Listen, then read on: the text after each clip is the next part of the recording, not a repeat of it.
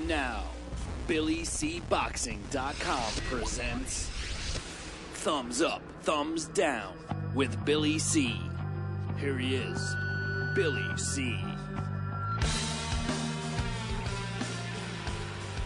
And we're coming at you from the Billy C. studio in Lake George, New York. I'm Bill Calogero, and it's time for today's, which is May 22nd already. Jeez, 2012.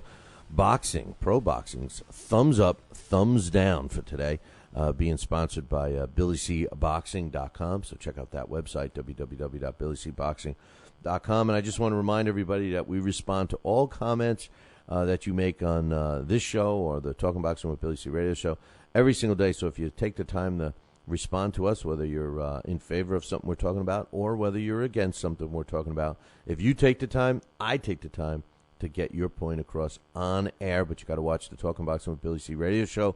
Check it out. You can get it at many different places, including premium podcast subscriptions. Those are the people we really want. But anyway, today's Thumbs Up. We got several thumbs up and really only a couple of thumbs down today. I'm in a good mood. You know, I need a coffee bad. So David Price gets thumbs up for looking like he may be the real deal after beating Sam Sexton this past Saturday night. According to his management, Frank Maloney, he may be coming to fight in the States next. Whether he does or he doesn't, I give him a thumbs up for bringing some fresh air to the stale heavyweight picture. And I tell you something, if this kid does come through and can be a dominating factor in the heavyweight division, I've always wondered how a guy either his size at 6'8" or even Tyson Fury close to the same size. I think Tyson Fury's 6'7". How they would fare against a Klitschko brother, because the Klitschkos have become very proficient in fighting the smaller guy. Now, I'm not saying that's easy. You know, for a big guy like that, they had to learn how to deliver their blows on a downward motion and you know, have the most impact and everything else. Well, how do they make the adjustments to fight a fighter like David Price, who's bigger than them, coming right at him? A fighter like Tyson Fury, who's used to throwing his jab from way down below his waist. How does he fight a guy that's the same size as him? If he tries to throw a jab from that low down, he's going to be ripped apart all day long. So it definitely adds another dimension to the heavyweight division to have other talented big guys. So thumbs up to David Price. Thumbs up to Patrick Majowski and Chris Fitzpatrick. Both of these guys are in the middleweight division. Both of them are two young prospects. Majewski's 18-1 and Fitzpatrick's 15-1.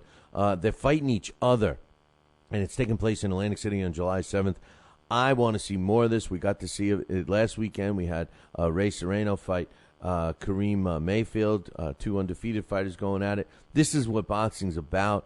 I'm glad to see that these fighters are actually stepping in the ring and fighting each other at this stage of the game. I think it's better for us, the fans, and I think it's better for them, the boxers, to see where they really fit. And if they do have to go back to the drawing board, like the aforementioned Ray Serrano does at this stage of the game, it's better to do it now than when you do get a shot at a world title and the same result happens. You're better off going back to the drawing board now when you're a contender and fine-tune and get your act together and polish what you need to polish and improve what you need to improve so that you can be competitive. Thumbs up to both these young fighters, Patrick Majowski and Chris Fitzpatrick, for fighting each other in July.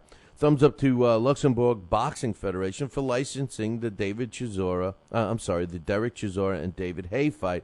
You know, despite all of the negativity surrounding it and the antics that took place, and trust me when I tell you, I don't support that kind of stuff. You guys know how I am with the trash talk and everything else. But thumbs up goes to Luxembourg Boxing Federation for following through and not getting scared and running from the BBBSC when they were making all their threats. We needed this fight. This fight's a good matchup. It's a good matchup between a guy in David Haye, who many believe, including myself, is just an overrated fighter. He was a good cruiserweight. Good, not great, good cruiserweight.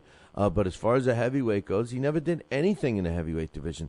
Derek Chisora was on his way up as a young heavyweight. Not that he was a world beater and everything else, but he showed some promise when he trained Yes, he's got some mental problems. I'll admit that. He could go for some anger management or whatever. But the bottom line is he's a fighter. You want a fighter to be a little nasty in the ring. I like this matchup. Thumbs up to the Luxembourg Boxing Federation for having the balls to say, let's go through with this fight. So I like it, and I'm glad it's going through. And finally, thumbs up to Alex, the Bronx Bomber Ramos, who's doing much better after a recent procedure.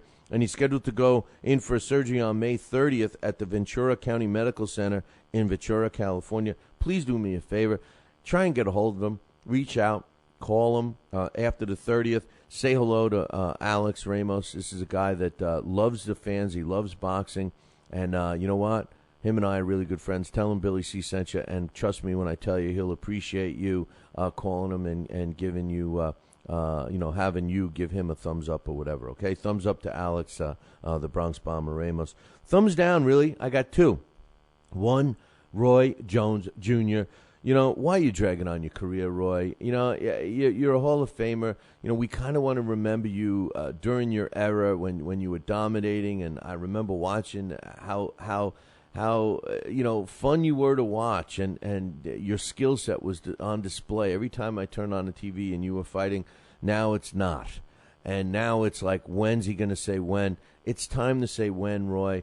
Even if you're in financial problems, you know, go find another way to make some money. You know, having your head smashed in isn't it the way anymore. What made you such a great fighter was your ability to avoid the hard punches and the knockouts and everything. In case you haven't noticed, you haven't avoided it lately. Roy, thumbs down for taking this fight in Poland. If I were you, I would reevaluate your whole career, and it's time to say when. Somebody needs to tell you that it's time to say when. And finally, thumbs down goes to pay-per-view webcasts of club shows. Listen, I'm all for pay-per-views when it's a big show and everything else, but you guys have heard me say this time and time again.